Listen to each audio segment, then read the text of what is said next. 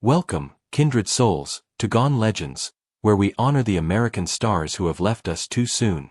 Today, our hearts bear the weight of farewell for these 8 remarkable individuals: Jim Lovell, William H. Webster, Loni Anderson, Leonard Lopate, Eddie Palmieri, Sally Bingham, Jonathan Kaplan, and Lloyd A. Williams.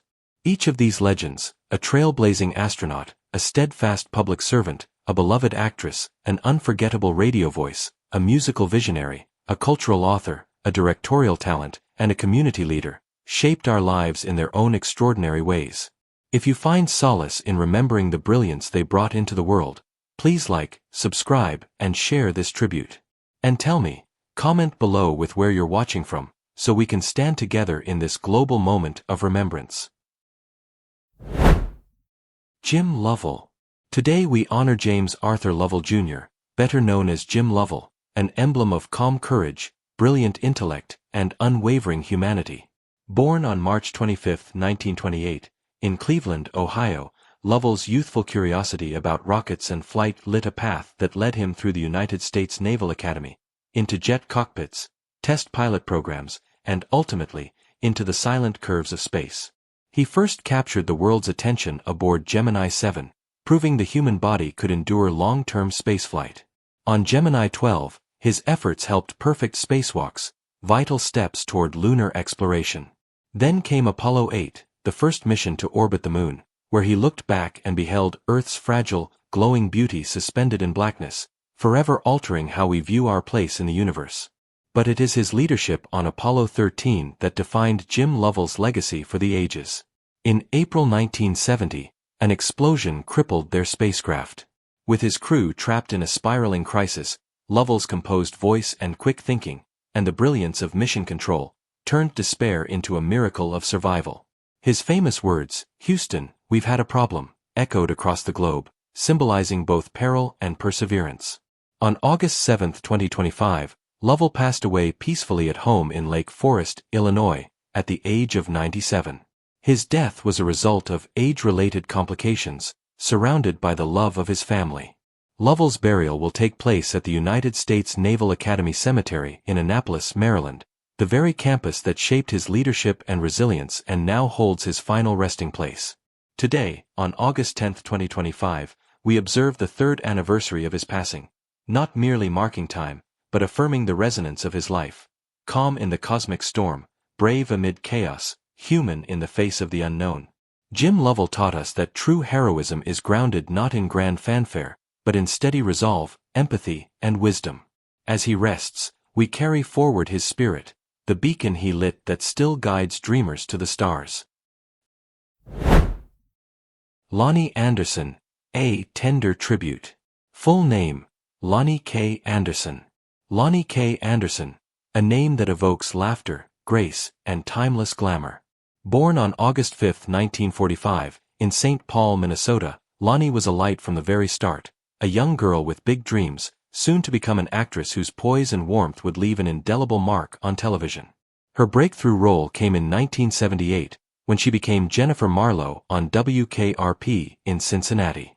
Jennifer wasn't just beautiful, she was savvy, confident, and not to be underestimated.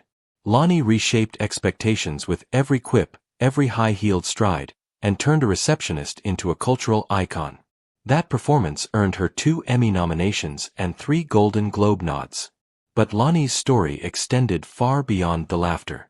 She appeared in films like Stroker Ace and unforgettable TV movies such as The Jane Mansfield Story, and she later reunited with her comedic roots in 2023's Ladies of the 80s, A Diva's Christmas.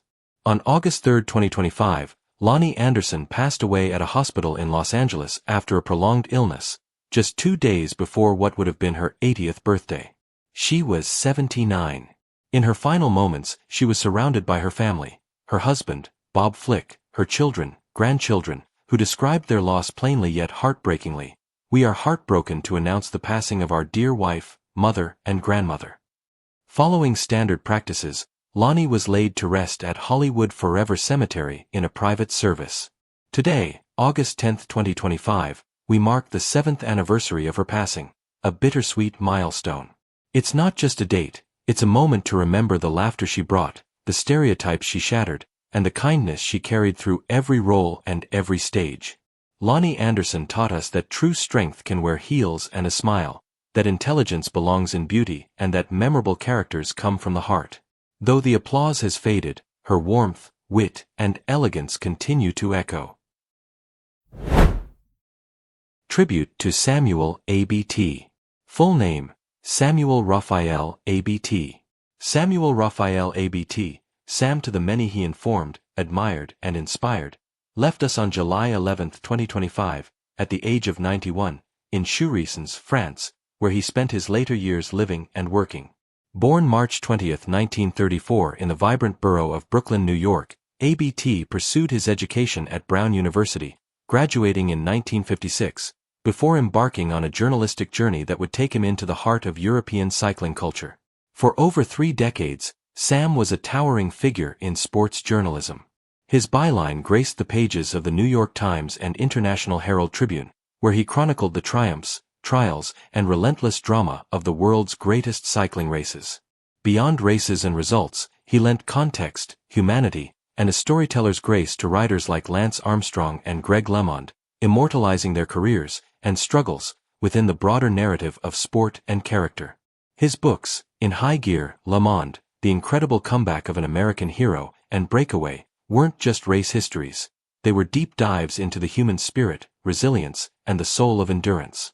In recognition of his unparalleled perspective and lifelong dedication, he became the only American to receive the Tour de France's Distinguished Service Medal, a testament to the respect he garnered in the very sport he covered. On that quiet day in Chourisons, a city forever connected to the race he loved, Sam's final chapter was written. Though the exact cause of his passing remains private, we know it came after a life's work dedicated to telling stories of passion, perseverance, and pedals turning toward victory. He was laid to rest, or will be laid to rest, in a place of his choosing in France, surrounded by the landscapes he covered, the roads he traversed in his words, and the history he shaped through his prose. Today, August 10, 2025, marks the 30-day memorial of his passing. Though not a traditional anniversary, it is a moment to pause and remember a man whose observations deepened our appreciation for sport, whose words gave us armchair seats to grueling climbs and breakaway sprints, and whose legacy has enriched the very fabric of sports journalism. Sam A.B.T. taught us that the stories behind the athletes are as powerful as the races themselves, that legacy is built not just in records, but in the narratives we never forget. Bill Dellinger. Full name: William Frederick. William Frederick Dellinger, Bill Dellinger, wasn't just a runner. He was a symbol of consistency, perseverance, and sportsmanship. Born on March 23, 1934, in Grants Pass, Oregon, Bill grew up with the rugged Pacific Northwest as his training ground. That landscape, its hills, its rain, its relentless beauty, would shape a man who learned to push through any challenge. Bill became a standout athlete at the University of Oregon under the guidance of legendary coach Bill Bowerman. Known for his strong finish and strategic racing style, Dellinger competed in 3 consecutive Olympic Games: Melbourne 1956, Rome 1960, and Tokyo 1964. In Tokyo, at age 30, when many athletes had already retired, Bill proved his enduring fire, winning the bronze medal in the 5,000 meters. It was a crowning achievement in a career defined not just by medals, but by heart. After retiring from competitive running, Bill transitioned into coaching, carrying the Oregon legacy forward. From 1973 to 1998, he coached the University of Oregon track and cross-country teams, leading them to numerous NCAA championships. Under his mentorship, countless athletes, Olympians, national champions, and everyday students found their stride. On June 14, 2025, Bill Dellinger passed away peacefully in Eugene, Oregon, at the age of 91. His death was attributed to natural causes, closing the final lap of a life lived at full pace. Eugene, the city where he trained, coached, and inspired generations, will forever carry his imprint. Following his passing, he was laid to rest in Eugene, near the track that had witnessed so many of his triumphs and the athletes he guided. For the Oregon running community, it was more than a burial, it was bringing one of their own home. Today, August 10, 2025, marks nearly 2 months since his passing. While time moves forward, his story remains anchored in the memories of those who saw him run, those who felt his encouragement, and those who were forever changed by his belief in discipline, patience, and courage. Bill Dellinger's life reminds us that greatness is not just in crossing the finish line, it's in the years of work, the sacrifices unseen, and the willingness to pass the baton to the next generation. He ran every race, and lived every day, with purpose. Hulk Hogan. Full name: Terry Gene Bollea. Terry Gene Bollea, known the world over as Hulk Hogan, was more than an entertainer. He was a force of nature, an embodiment of strength, excitement, and hope for millions. Born August 11, 1953, he emerged from humble beginnings to spark Hulkamania, a cultural phenomenon that transformed professional wrestling forever. He was the lifeblood of WrestleMania, the beating heart of Saturday morning cartoons, and, in a world hungry for heroes, a symbol of unstoppable energy. But even icons face human fragility. In his later years, Hogan endured a cascade of health challenges: multiple surgeries, spinal fusion, and chronic issues like atrial fibrillation, all while quietly battling chronic lymphocytic leukemia, a diagnosis only revealed after his passing. On July 24, 2025, at his home in Clearwater, Florida, Hogan suffered a sudden acute myocardial infarction, a heart attack that claimed his life at age 71. Emergency responders rushed to his side, but it was not enough. He was pronounced dead shortly after arrival at Morton Plant Hospital. In the days that followed, Florida honored his memory with a declaration of Hulk Hogan Day, and flags across the state flew at half-staff. On August 5, 2 funeral services took place. First, a private farewell at Indian Rocks Baptist Church, the same church where he and his wife were baptized in 2023, attended by close friends, family, and wrestling royalty including Vince McMahon, Triple H, Ric Flair, Kid Rock, Theo Von, Dennis Rodman, and others. His daughter Brooke, estranged from her father, chose to honor him privately, honoring his wishes to avoid elaborate ceremonies. Later that day, a second service at Sylvan Abbey Memorial Park and Funeral Home in Clearwater led to his cremation and final rest. Today, August 10, 2025, we reflect on the 17-day anniversary of his passing. Not just the date, but the distance from a world that watched him rise, roared with him through electrifying matches, and ultimately said goodbye. His legacy endures in every fan who ever chanted his name, every wrestler who stood on his shoulders, every moment of shared, larger-than-life wonder he created. Hulk Hogan taught us that strength is born from passion, that legends reach us all, and that in the spotlight, or the silence, his giant heart remains immortal. William H. Webster, a legacy of integrity. William Hedgecock Webster was a man whose life was rooted in duty. Born on March 6, 1924, in St. Louis, Missouri, he grew up during the Great Depression, a time that instilled in him a quiet resilience. After serving as a naval officer in World War II, Webster earned his law degree from Washington University School of Law, setting the stage for an extraordinary life in public service. In 1978, President Jimmy Carter appointed him as director of the FBI, where he led the bureau through a period of modernization and reform. His tenure was marked by a strong focus on professionalism and adherence to the law during a post-Watergate America still healing its trust in government institutions. In 1987, President Ronald Reagan called on Webster to lead the CIA at a time of global tension in the late Cold War. He became the first, and still only, American to have served as the head of both the FBI and CIA, guiding each agency with a steady, principled hand. On August 9, 2025, William H. Webster passed away peacefully in his sleep at his Washington, D.C. home, at the remarkable age of 101. His death was due to natural causes, a gentle conclusion to a century lived in service to his country. Following his passing, a private memorial is planned at Washington National Cathedral, with interment at Bellefontaine Cemetery in St. Louis, alongside generations of his family. Today, August 10, 2025, marks the first anniversary day of his passing, a day of reflection on a man who navigated power without arrogance, authority without corruption, and influence without losing his humanity. William H. Webster leaves behind a legacy defined not by titles, but by trust. In an era when both were rare, he embodied both with dignity and grace. Leonard Lopate, the voice of conversation. Leonard Lopate's voice was more than just sound waves over the air, it was an invitation. For decades, he welcomed listeners into thoughtful conversation, exploring the breadth of human experience with curiosity, respect, and a touch of wry humor. Born on September 23, 1940, in Brooklyn, New York, Leonard grew up in a working-class family that valued dialogue and education. Before his radio career, he studied art and worked as a painter and advertising executive. But it was in broadcasting that he found his true calling, joining WNYC in 1985. Over the next 32 years, The Leonard Lopate Show became a trusted daily ritual for millions of listeners. His interviews were never about sound bites, they were about understanding. He listened as intently as he spoke, whether discussing a new novel, the latest scientific discovery, a pressing political issue, or a personal story. The range of his topics was as wide as the world, and yet, he made every guest feel heard. On August 6, 2025, Leonard Lopate passed away at his Manhattan home at the age of 84.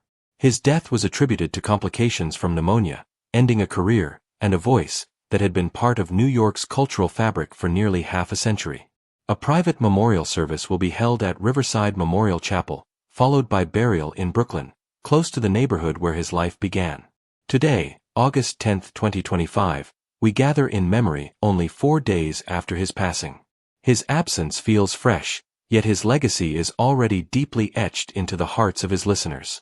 Leonard Lopate taught us the power of listening, that real conversation is about more than questions and answers. It's about connection, empathy, and the courage to explore ideas without haste. Though the airwaves are quieter now, his voice still lingers, in recordings, in memories, and in the countless lives he touched. Eddie Palmieri, the maestro of Latin jazz. Eddie Palmieri was more than a musician. He was a living heartbeat, a rhythm that pulsed through generations of listeners, dancers, and fellow artists. Born in Spanish Harlem, New York, on December 15, 1936, to Puerto Rican parents, Eddie grew up surrounded by the sounds of the barrio. Boleros drifting from open windows, Afro-Cuban beats in street parades, and the deep, emotional harmonies of Latin song. By the time he was a teenager, he was already performing professionally, influenced by both classical training and the raw energy of New York's Latin dance scene. In 1961, he founded La Perfecta, a groundbreaking band that defied conventions by using trombones instead of trumpets, creating a heavier, richer brass sound that became instantly recognizable. Over the next 6 decades, Eddie Palmieri redefined Latin jazz. He fused the swing of American jazz with the intricate rhythms of salsa and Afro-Caribbean music, creating compositions that were as sophisticated as they were danceable. His albums, Harlem River Drive, Son of Latin Music, The Truth/La Verdad, earned critical acclaim and, eventually, 10 Grammy Awards. His fearless experimentation kept his music fresh well into his later years, and his influence can be heard in countless artists today. On August 4, 2025, Eddie Palmieri passed away at his home in the Bronx at the age of 88. The cause was heart failure, a gentle but final silence after a lifetime of sound. His family, friends, and musicians who had shared his stage were at his side. His funeral was held at St. Patrick's Cathedral in New York City, a fitting venue for a man whose music was both sacred and celebratory, followed by burial at Woodlawn Cemetery, resting among other legends of jazz and music history. Today, August 10, 2025, marks 6 days since his passing. For his fans, the loss is still raw, but so is the joy he left behind. Eddie Palmieri taught us that music is not just to be heard, it is to be felt, to be lived. His piano spoke in languages beyond words, and his rhythms reminded us that life, in all its complexity, is a dance. Though the maestro is gone, the beat he gave us will never fade. Sally Bingham, the voice of defiance and grace. Sally Bingham's life was a testament to courage, the courage to write honestly, to challenge societal norms, and to speak for those whose voices had been silenced. Born on January 22, 1937, in Louisville, Kentucky, into a wealthy and influential newspaper family, she grew up in a world of privilege, but also of strict expectations, especially for women of her era. From her earliest works, Sally revealed herself as a writer unafraid to confront uncomfortable truths. Her short stories, novels and plays, including The Touching Hand, Mending, and Passion and Prejudice, tackled themes of identity, power, and the invisible battles women face. Her characters were complex, flawed, and fiercely human, earning her critical acclaim and loyal readers.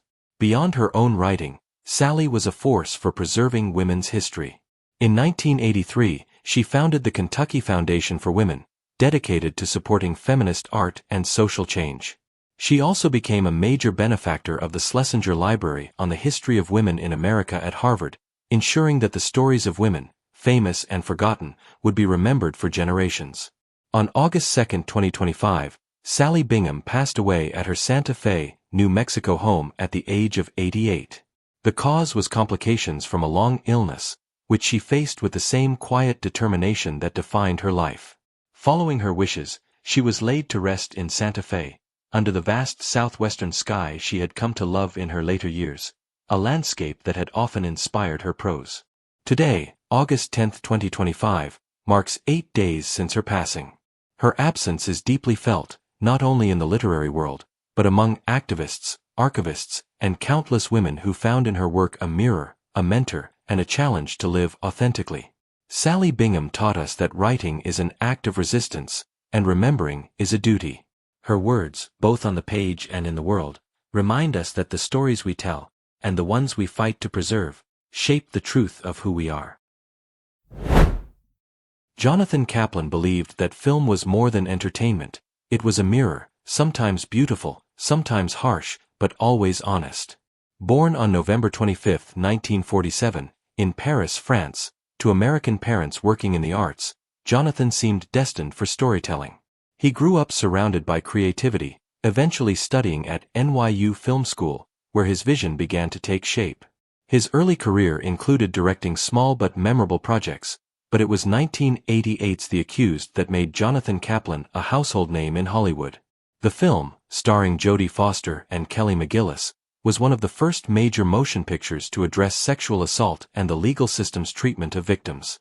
Foster's performance earned her an Academy Award, and Kaplan's unflinching direction brought raw truth to a subject long kept in the shadows.